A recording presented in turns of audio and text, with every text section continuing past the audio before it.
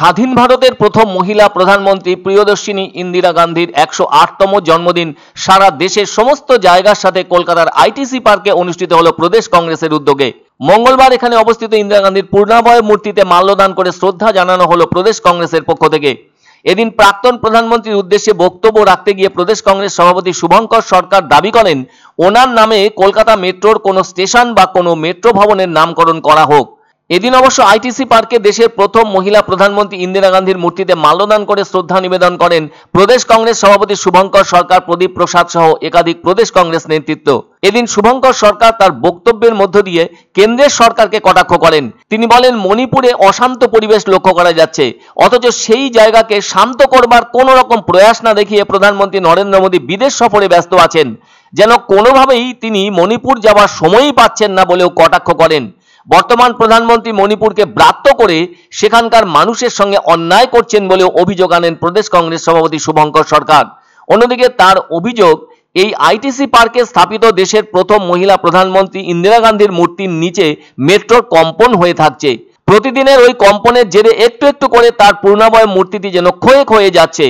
সেজন্য তিনি মুখ্যমন্ত্রী মমতা বন্দ্যোপাধ্যায় ও কলকাতা পৌর সংস্থার মেয়র ফিরহাদ হাকিমের কাছে আবেদন জানিয়েছেন যে ইন্দিরা গান্ধীর মূর্তি রক্ষণাবেক্ষণ করে সমাধিস্থলের মতো করে গড়ে তুলুন। প্রদেশ কংগ্রেস সভাপতির আরও একটি দাবি, প্রয়াত গনি খান চৌধুরীর নামে কোনো মেট্রো স্টেশনের নামকরণ করা হোক। এক্ষেত্রে উল্লেখ করা দরকার, কলকাতায় জওহরলাল রোডের উত্তর প্রান্তে অবস্থিত এসপ্ল্যানেড হলো কলকাতা মেট্রোর একটি স্টেশন।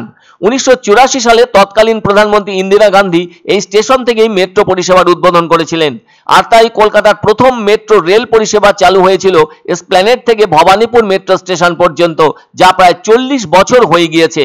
সেজন্য বোধহয় বর্তমান প্রদেশ কংগ্রেস সভাপতি শুভঙ্কর সরকার ওই দাবি করলেন দেশের প্রথম মহিলা প্রধানমন্ত্রীর জন্য।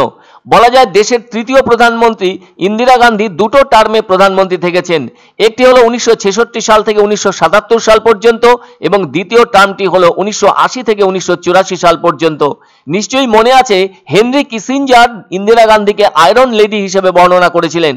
প্রধানমন্ত্রী হিসেবে ইন্দিরা গান্ধী তার আপোষহীন রাজনৈতিক অবস্থান এবং নির্বাহী শাখার মধ্যে ক্ষমতার কেন্দ্রীকরণের জন্য পরিচিত ছিলেন। আবার তারই বুদ্ধিমত্তায় পূর্ব পাকিস্তান স্বাধীন বাংলাদেশে পরিণত হয়েছিল 1971 সালে। আবার অনেক আগে বিশ্বকবি রবীন্দ্রনাথ ঠাকুর নেহেরু কন্যাকে ইন্দিরা প্রিয়দর্শিনী নেহেরু হিসেবে নামকরণ করেছিলেন। আর যাই হোক, বিশ্বব্যাপী তার নাম ছড়িয়ে পড়েছিল রাজনৈতিক ক্যারিশমার কারণে। তার দুই ছেলের মধ্যে একজন রাজীব গান্ধী প্রধানমন্ত্রী হয়েছিলেন।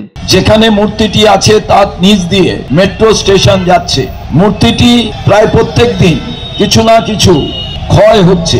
কলকাতা পৌরসভা যাতে এটাকে ভালো করে মেনটেনেন্স করে, আর কলকাতা পৌরসভার মাননীয় মেয়র এবং বাংলার মুখ্যমন্ত্রীর কাছে আমার আবেদন থাকবে। ধামাকা ধামাকা ধামাকা, সানরাইজ মার্বেলের নতুন শোরুম শীঘ্রই আসতে চলেছে জলপাইগুড়ি গৌরীয় মঠের পাশে নতুন করলা সেতুর কাছে। এখানে পাবেন আধুনিক টাইলসের রকমারি সম্ভার। এক অন্য অনুভূতির স্পর্শ পাওয়া যায় রয়কো ব্র্যান্ডের গেঞ্জি ও জাঙ্গিয়ায়। তাই ছোট বড় সবার পছন্দ রয়কো গেঞ্জি ও জাঙ্গিয়া। প্রস্তুতকারক জয়মনি হোশিয়ারি, কলকাতা। আনন্দ সংবাদ, আনন্দ সংবাদ। 30 বছরের নির্ভরযোগ্য প্রতিষ্ঠান ইন্দ্রমণি রাইস মিল। আমাদের কয়েকটি জনপ্রিয় ব্র্যান্ড হলো তাজ, বরলি, খুশি ইত্যাদি। আমাদের factory outlet CG trading company, Dinbazar, axis ব্যাংকের পাশে, জলপাইগুড়ি। এখানে সুলভ মূল্যে গুণগত মানের সব ধরনের চাল পাওয়া যায়। Phone number 9547029475। পছন্দসই সেরা খাবার খেতে হলে সোজা চলে আসুন রুচিসম্মত আধুনিক মানের রেস্টুরেন্ট রাজদরবারে। কেননা এখানেই আপনারা পাবেন ভোজনের রাজকীয় অনুভূতি। শুধু পুজোর সময়ই নয়, সারা বছরই রকমারি খাবার সরবরাহ করাই এই রেস্টুরেন্টের আভিজাত্য। আমাদের ঠিকানা রাজদরবার, রাহুতবাড়ি, বাবুপাড়া, জলপাইগুড়ি।